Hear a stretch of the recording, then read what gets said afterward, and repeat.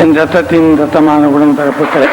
தமிழ் சினிமாவை பொறுத்தவரை புரட்சித் தலைவர் எம்ஜிஆர், சிவாஜி கணேசன் இருவரும் மிகப்பெரிய நடிகர்களாக இருந்தவர்கள். அன்றைக்கு இரு ரசிகர்களுக்கும் உள்ளே மோதல் வந்தாலும் கூட அவர்கள் இருவருமே ஒரு அண்ணன் தம்பி போல, நண்பர்கள் போல இருந்தவர்கள்.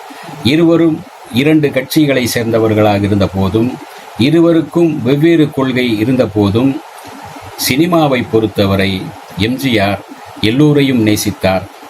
சினிமாவை பொறுத்தவரை சின்ன நடிகர், பெரிய நடிகர் என்ற பாகுபாடு இல்லாமல் நேசித்தார். அதே போல சிவாஜி கணேசனுடைய பிள்ளைகளையும் சிவாஜி கணேசையும் அவர் அன்பாக நேசித்தார் எம்ஜிஆர் என்றுதான் சொல்ல வேண்டும். அதிலும் சிவாஜியுடைய மகன்களில் பிரபு, இளைய திலகம் பிரபு அவர்கள் எம்ஜிஆரின் மிகப்பெரிய ரசிகர். அவர் சினிமாவுக்கு வந்த காலத்தில் மட்டுமல்ல, அவர் பெங்களூரில் கான்வென்ட்டில் படித்து கொண்டிருந்த காலத்தில் இருந்தே எம்ஜிஆரின் ரசிகராக இருந்தவர் பிரபு. அந்த வகையில் அவர் அடிக்கடி எம்ஜிஆரை சந்திக்கின்ற வாய்ப்பு கிடைத்தது. அதாவது உலகம் சுற்றும் வாலிபன் திரைப்படம் ஹாங்காங்கில் நடந்து கொண்டிருந்த போது, எக்ஸ்போ 70யில் படப்பிடிப்பு நடந்து கொண்டிருக்கும் போது, அன்றைக்கு ஒரு மதிய இடைவேளையின் போது லஞ்ச் பிரேக் விட்டிருந்தார்கள். மஞ்சுளா, சந்திரகலா மற்றும் லதா, எம்ஜிஆர் இவர்களெல்லாம் ஆளுக்கு ஒரு பக்கம் உட்கார்ந்திருந்தார்கள். சாப்பிட்டு நடித்து உட்கார்ந்த சின்ன களைப்பு, சின்ன ஓய்வு அது. அந்த நேரத்தில் தூரத்தில் இருந்து இரண்டு மாணவர்கள் சமிக்கை செய்ய அந்த ஃபோட்டோகிராஃபர் சங்கர் ராவ் சென்று அவர்களை பார்க்கிறார். அவர்கள் சிவாஜி கணேசனின் மகன்கள் ராம்குமார், பிரபு. என்ன இங்கு நீங்கள் வந்திருக்கிறீர்கள் என்று கேட்டபோது, நாங்கள் கல்லூரி விஷயமாக இங்கு வந்தோம், எக்ஸ்போ 70 பார்க்க வந்தோம்.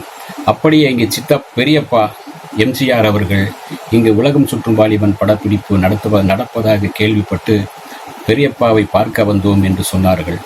உடனே ஃபோட்டோகிராஃபர் எம்ஜிஆரிடம் அவர்களிடம் சென்று சிவாஜியின் மகள்கள் வந்திருப்பதாக சொல்ல, உடனே அவர்களை அழைத்து வர சொல்கிறார்.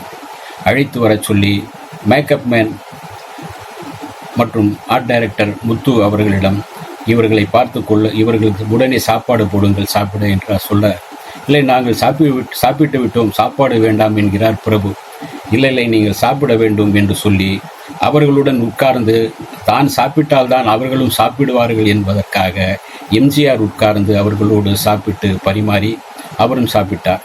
பிறகு அவர்கள் ஓரமாக உட்கார வைத்து படப்பிடிப்பு பார்க்க ஆரம்பித்ததும், சரி நீங்கள் எங்கு தங்கியிருக்கிறீர்கள் சொல்லுங்கள், நானே படப்பிடிப்பு முடிந்த பிறகு உங்களை கொண்டு போய் அங்கு சேர்த்து விடுகிறேன் என்று எம்ஜிஆர் சொன்னதும், சரி பெரியப்பா அப்படியே செய்யுங்கள் என்று பிரபு சொல்ல, ஒரு ஓரமாக இருவரையும் உட்கார வைத்துவிட்டு அன்றைய படப்பிடிப்புகள் ஒரு வழியாக முடித்து மாலை 6-7 மணிக்கு படப்பிடிப்பு முடிந்ததும் அந்த இருவரையும் தன்னுடைய காரிலே கொண்டு போய் அழைத்து கொண்டு அவர்கள் தங்கியிருந்த, சிவாஜியின் மகன்கள் தங்கியிருந்த அந்த ஹோட்டலுக்கு சென்று அவர்களை விட்டு, பாதுகாப்பாக இருங்கள், யாரையும் எங்கே வெளியே போகாதீர்கள் என்று அவர்களுக்கு புத்திமதி சொல்லிவிட்டு, சாப்பிடுங்கள், பொறுப்போடு இருக்கணும், நல்லா படிக்கணும் என்று சொல்லிவிட்டு வந்தார் எம்ஜிஆர்.